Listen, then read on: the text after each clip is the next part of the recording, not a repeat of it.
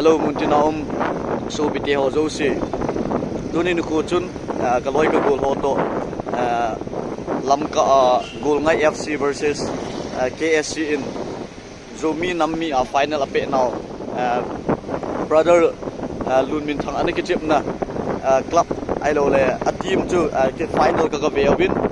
chu da le condolence program o yong wai te na ke mangin tu chun phailang a kona kong ki le win lamka kuna phailang khong ki le le wangsit ta le de lo ta ichan di wa yong kilom hilo chan dingaung de lo ta chi brother Lunminthang in puina tu khompi pa atupa brother Paoboilen chu ta pui ti thu chu ki za kit phanin kaloi ka gol ho cheng to ki hon jong ni gup mi segi ka hevin tu chu lamka ko na phai khong ge yu in brother Paoboilen jong ta pui ti thu chu ka za phat wa chu tu a hi rims hospital lang kaloi ka gol cheng to kain de lo hin amun lang ting na in vet saving ka ting iti ki mang cham ai lo le iti bolding mi za no ma ai lo le iti ki man sa ding malama agun wang ti hong chu kain vet sa diu hin bol thi kam vet sa thi kam kan vet sa diu cha bol hil su hil om kha le ni ngai to lang to he kaloi ka gol cheng to rims hospital ka chi pe lo hin amun lang ting le video chom sa kain kam ding in choyong cho an le ko so ke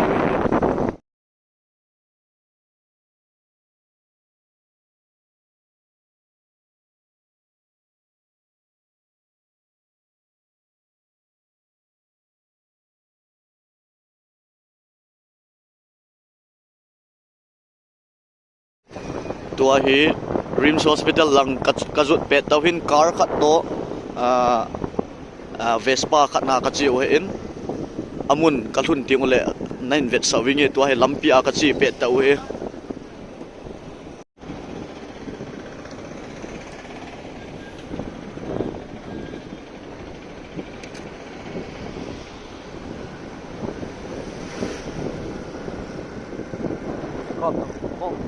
có mi có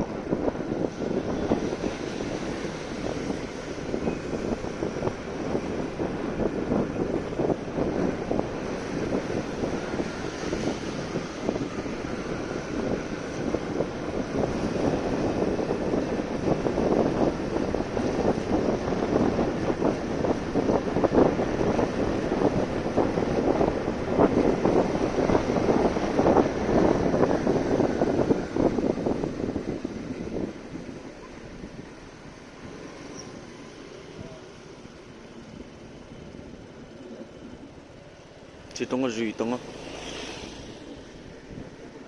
vậy tôi lo hả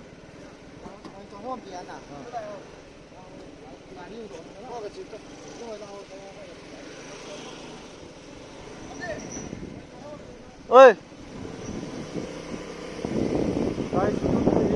bốc muốn cần hung tao về cần hung giật lại bỏ về tu tua hi mok ning chu ka chut lai tau he ta hi dai mok chu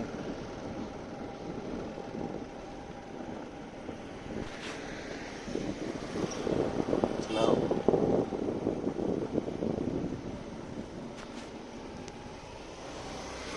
nori tol lu chu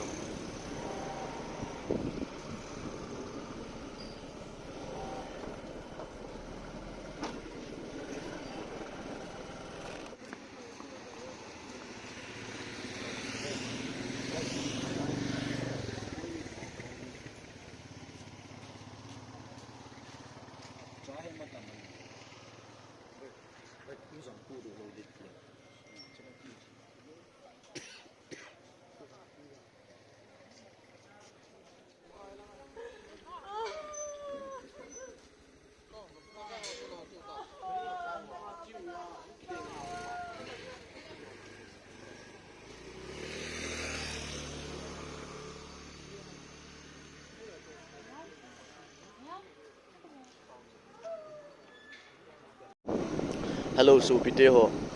tu chun monga kuna kong pot dovin ichi brother Paoboilen ama thu hi thu ki chi theilu khat buina thil khat om ji na chu tuni tha hi alu moyong ki pudo lo ding jing lang le ki pudo ding hi ta ji na chun athu hi buina hi koi ma na sei nom point chu ta le ken nong achi na chai ma ka hi lain tuni tha wa hung po do theilu de ati win athu achi na cha hi jing lang ho le in ko te hon in sei ta win tin tuni tha amun ho ai lo le ho kan vet sa ho wa sei khil bol khil ai lo le au ma le ki ngai dam tu tin tun sa ading in video chan chun